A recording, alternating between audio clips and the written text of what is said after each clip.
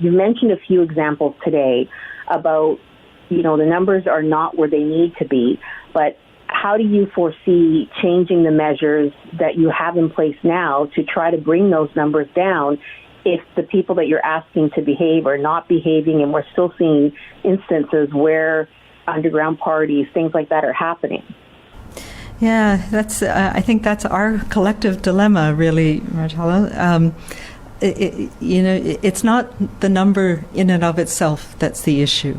What is important for us is to say, can we manage this outbreak, this pandemic, make sure that we're doing everything we can to prevent transmission, making sure that we're not getting that rapidly increasing rates of people being infected, which means it's spreading widely very quickly. And we saw a little bit of that in Quebec in the last few days, where they've gone from very small numbers to quite large numbers.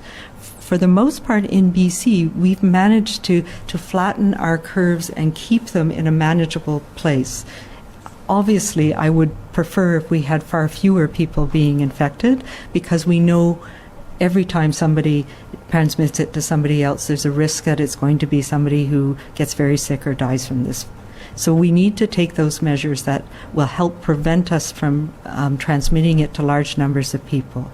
Part of that is the orders we've put in place. Part of that is reinforcing every day to people that we have choices. We have choices about our own risk, the things that we do, who we interact with, and the risk that we bring home to our family, our households, the people we're closest to.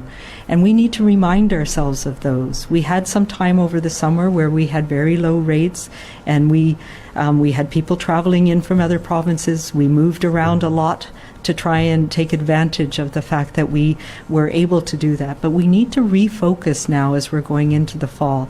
And part of that is having more orders in place. Part of that is having some of the enforcement measures that we have available to us now to remind people who are not taking this as seriously as we would like. But the importance is not the numbers so much, but making sure that we can continue to safely have our schools open, because we know how important that is to our community wellness. Making sure that people can still go to work, that our essential workers are still protected, that our hospitals are still operating effectively. So it is trying to find that balance, and here in BC we've managed to do that, but we can't let our guard down now, particularly now. This is important for us to get through the next year, and we need to know that we need to find our ways to live with this virus and to protect as many people as we can, and to really focus on protecting those we know are going to suffer the most, and that's our elders and seniors.